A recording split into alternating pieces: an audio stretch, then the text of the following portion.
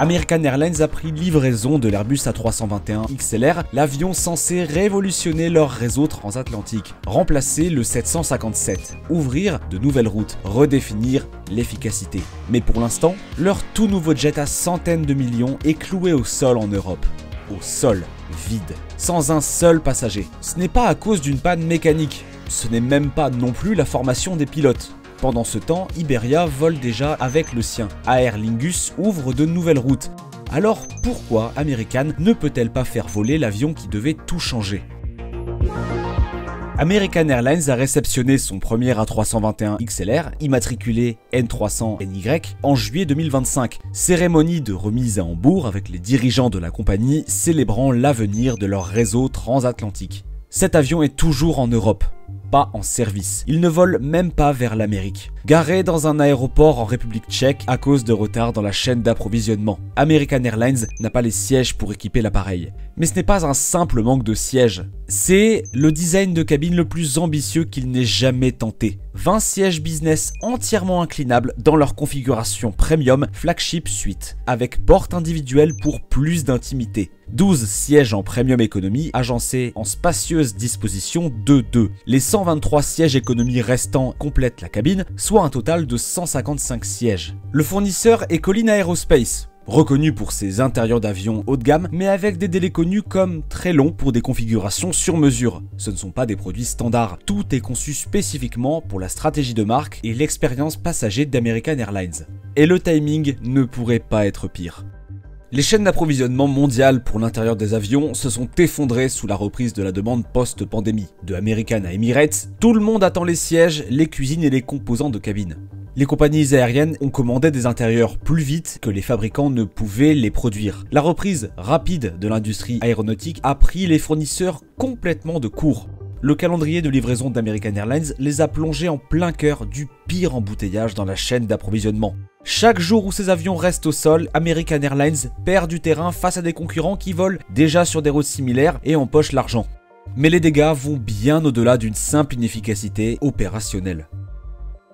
American Airlines n'a pas simplement commandé quelques avions. Ils se sont engagés à acheter 50 A321 XLR. Un pari énorme sur une seule solution. La logique était claire. Ils exploitent déjà l'une des plus grandes flottes de la famille A320 au monde. Ce choix promettait d'énormes économies grâce à la standardisation pour les pilotes, la maintenance et le stock de pièces détachées. Dans l'économie aérienne, la standardisation, c'est des millions d'économies sur les coûts opérationnels. Mais American Airlines avait un autre problème qui les mettait sous pression. La concurrence montait vite avec JetBlue et aussi des compagnies aériennes qui gagnaient déjà des parts de marché sur des routes similaires avec les A321LR et A321 XLR. Les équipes de planification du réseau d'American Airlines avaient construit toute une stratégie d'expansion transatlantique autour des livraisons des A321 XLR. De nouvelles routes devaient décoller à l'automne prochain. Des campagnes marketing étaient créées autour de l'expérience passager supérieure. Les prévisions de revenus supposaient que ces avions seraient rentables, pas un gouffre financier en Europe stocké au sol.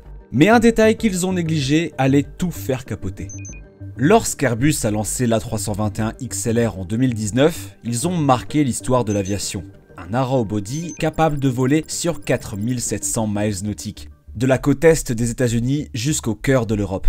Destination Moyen-Orient, nord de l'Amérique du Sud. Des routes jusque-là économiquement non viables devenaient soudain rentables. L'ingénierie était brillante. Un réservoir de carburant central arrière intégré directement dans la structure du fuselage. Un train d'atterrissage renforcé pour supporter le poids supplémentaire. Les analystes du secteur l'ont tout de suite surnommé le tueur du 757. Le Boeing 757 n'était plus produit depuis près de 20 ans, laissant un énorme vide pour les routes longues et fines. Une demande correcte, mais pas assez pour remplir un gros porteur. L'A321 XLR était censé combler parfaitement ce vide. Pour American Airlines, le moment était idéal. Lancer des vols depuis des hubs majeurs, Philadelphie vers Reykjavik, Charlotte vers Amsterdam, peut-être même Boston vers le cœur de l'Europe, relier des villes que les concurrents ne pouvaient pas desservir efficacement. La rentabilité semblait indiscutable. Pourquoi utiliser un large courrier de 300 sièges lorsqu'un narrow-body de 200 sièges pouvait faire le boulot à moindre coût? Mais personne ne s'attendait à ce qui s'est passé lors de la certification. Le ASA et la FAA ont jeté un œil à ce réservoir central arrière et ont tout stoppé. Ce n'était pas un stockage de carburant traditionnel. Contrairement au réservoir auxiliaire dans les soutes à bagages, ce réservoir était intégré directement dans la structure du fuselage. Le réservoir central arrière créait de toutes nouvelles situations de sécurité que les règles existantes ne couvraient pas. La sécurité incendie en cas d'atterrissage d'urgence, l'évacuation des passagers assis juste au-dessus des réservoirs de carburant, la protection contre les chocs du réservoir lui-même. Ce n'étaient pas des préoccupations théoriques, c'était des défis d'ingénierie cruciaux nécessitant des méthodes de certification totalement neuves. Les régulateurs ont exigé des mesures de sécurité renforcées, protection contre les fuites de carburant, structures renforcées pour résister aux impacts, normes de résistance au feu plus strictes dans toute la cabine, procédures d'évacuation mises à jour avec de nouveaux protocoles de formation. La FAA a émis des conditions spéciales avant d'accorder la certification, un contrôle inédit pour une variante dérivée. Mais alors, quelque chose d'inattendu est arrivé et a prouvé que l'avion fonctionnait réellement. Malgré les rebondissements réglementaires, la certification a été obtenue plus vite que prévu. Le ASA a certifié l'A321 XLR avec moteur LEAP 1A en juillet 2024. La version Pratt & Whitney a suivi en février 2025. La FAA a accordé la certification américaine en octobre 2024 après un examen de sécurité approfondi. Airbus a livré l'A321 XLR, confirmant sa fiabilité, tandis que les programmes MAX et 777X de Boeing connaissent des retards et des contrôles continus. Ce contraste met en lumière l'avantage compétitif d'Airbus et la dépendance d'American à une solution Airbus ponctuelle face aux difficultés de Boeing. Et voilà la preuve que les régulateurs ont bien fait leur travail.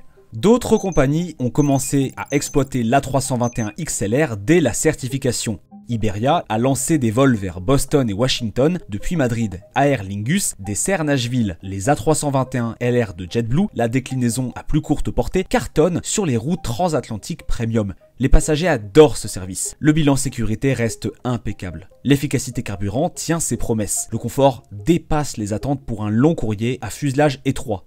Alors, qu'est-ce que ça veut vraiment dire pour American Airlines ? Un A321 XLR inutilisé coûte chaque jour beaucoup d'argent à American Airlines en frais de location, de financement et de stockage. Le retard d'American fait courir le risque de perdre des clients très précieux au profit des services déjà établis d'autres compagnies, affaiblissant ainsi la fidélité des passagers premium. Pendant ce temps, Iberia utilise ses A321 XLR opérationnels pour desservir des marchés américains comme Boston et Washington. Aer Lingus construit une loyauté sur ces routes que American Airlines risque de ne jamais récupérer. Chaque vol concurrent représente des passagers premium qu'American Airlines pourrait ne jamais regagner. American Airlines a perdu son avantage de première arrivée pendant que ses concurrents créent de nouvelles routes et fidélisaient les clients. Dès que les passagers découvrent le service JetBlue Mint vers Londres ou les collections premium d'Aer Lingus, changer leur habitude de voyage devient tout de suite beaucoup plus compliqué. Les coûts de stockage prolongés s'accumulent chaque jour. Les intérêts sur des avions qui ne génèrent aucun revenu pendant qu'ailleurs, les concurrents gagnent des parts de marché avec des équipements similaires. Chaque jour de retard signifie donc des millions perdus en positionnement stratégique et opportunités de développement de route. American Airlines a misé sur la solution A321 XLR tandis que ses concurrents répartissaient leurs risques avec plus de prudence. United a conservé ses 757 plus longtemps et a complété avec des 787 et des commandes d'A321 XLR étalant le risque sur plusieurs types d'appareils avec des calendriers de livraison différents. Delta a maintenu ses 757 en service et investi massivement dans les A330 Neo pour ses vols internationaux moyen courrier. Plusieurs options de secours pour éviter les retards liés à un seul type d'appareil. American Airlines a choisi l'efficacité opérationnelle au détriment de la résilience stratégique. Lorsque tout marche parfaitement, c'est brillant. L'uniformité de la flotte, la formation qui est allégée, la maintenance regroupée, des gains de coûts sur tout le réseau. Mais lorsque la chaîne d'approvisionnement flanche, les stratégies fondées sur une seule solution deviennent des failles critiques. Les conséquences peuvent durer des années, pas seulement des mois.